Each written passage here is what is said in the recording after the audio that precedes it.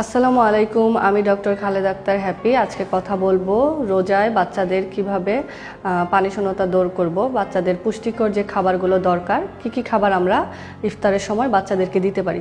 যেহেতু অনেক বাচ্চারাই রোজা রাখতে চায়, 13 বছরের বেশি বয়সের বাচ্চারা রোজা রাখে বেশি, আবার অনেক সময় দেখা যায় যে 13 বছরের কম বয়সী বাচ্চারাও রোজা রাখে।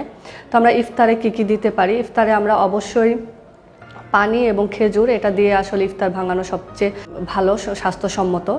আমরা পানির মধ্যে ডাবের পানি, ফ্রেশ ফলের রস, দুধ, তারপর হচ্ছে স্যুপ, এই খাবারগুলো দিতে পারি।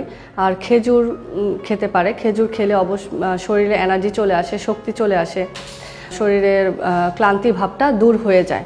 তারপর সে ফ্রেশ ফল খাবে, মালটা, রসালো যে ফলগুলো আছে, আঙুর, তরমুজ, তারপর খেতে পারে দই চিড়া, তারপর হচ্ছে দই, দুধের তৈরি যে কোনো খাবার, সেমাই, পায়েস, এই খাবারগুলো খেতে পারে।